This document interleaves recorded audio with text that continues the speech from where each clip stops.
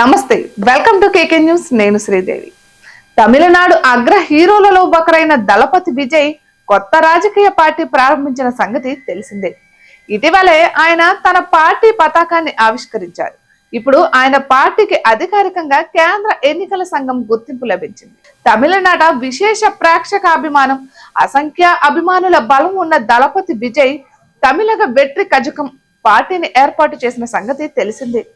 ఇప్పుడు ఆ పార్టీకి ఎన్నికల సంఘం గుర్తింపు లభించింది. ఆ విషయాన్ని టీవీకే సామాజిక మాధ్యమం ద్వారా వెల్లడించింది.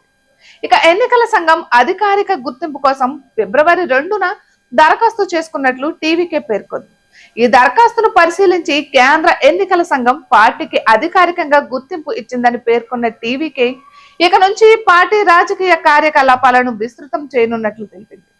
కాగా కేంద్ర ఎన్నికల సంఘం గుర్తింపు పార్టీ ముందు సాగించబోయే విజయాలకు తొలి అడుగుగా టీవీకే అధినేత దళపతి విజయ్ పేర్కొన్నారు.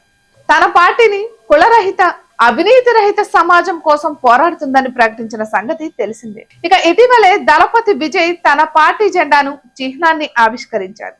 టీవీకే జెండాలో పైన ఎరుపు రంగు, మధ్యలో పసుపు పచ్చ రంగు, కింద కాషాయ రంగు ఉండగా జెండా మధ్యలో వాగాయ్ అనే పువ్వు, దానికి ఇరువైపులా ఏనుగులు ఉన్నాయి. అలాగే జెండాపై ప్రముఖ తమిళ కవి తిరువళ్ళువర్ రాసిన పిరుపొక్కుం ఎల్లా ఉయుక్రం అనే కొటేషన్ కూడా ఉంది. పుట్టుకతో అందరూ సమానమే అనేది ఈ కొటేషన్ సారాంశం.